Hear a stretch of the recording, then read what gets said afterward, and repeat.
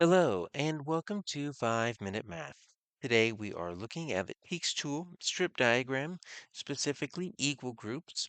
We are working with a problem related to 3.4G, and we'll do it in 5 minutes or less.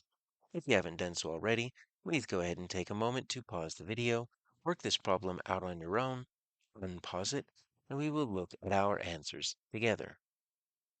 So we have a diagram shows how to multiply 53 times 7 with an area model. So could we still represent this with a strip diagram? Well, yes, we could. Because 53 times 7, that's going to kind of give us a clue that we've got number of groups right here.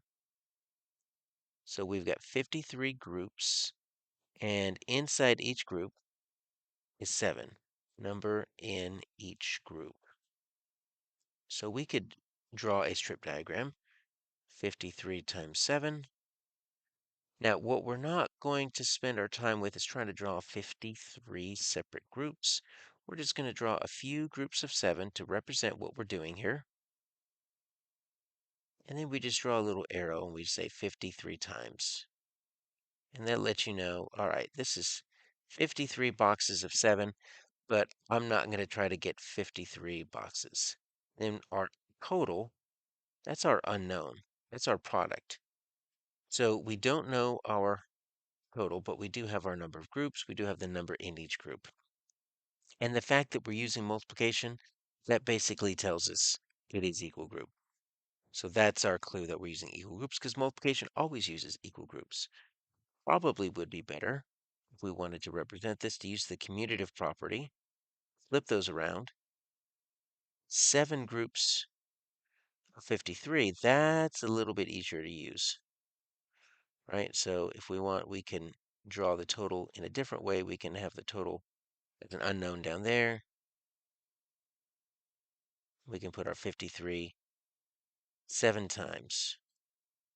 So these two will get us the same answer. Now the strip diagram doesn't do the work for us.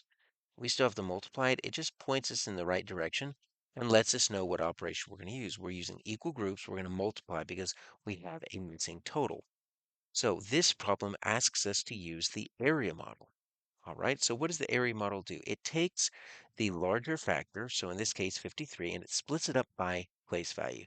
So the 53 is split up into the 50 and the 3. So 50 plus 3 gets you your 53. And then what you do is you multiply that, each of them, by that single digit. So I'm going to show you in real time how we can do that with partial products and our standard algorithm. They all get the exact same answer. There's just 3 different ways, and we'll use the area model as one of the ways. So with partial products, it's still going to look like 53 times 7, and then standard algorithm is going to still look like 53 times 7. They start the same. All right, so what we do is let's start with the smallest multiplication, the ones times the ones. So 7 times 3. So that is going to get us 21. That's a multiplication fact we need to know.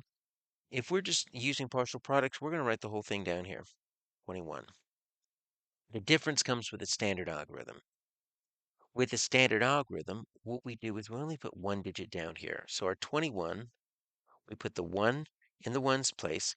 The 2 in the 21 is really two tens, and that 5 is already in the tens place.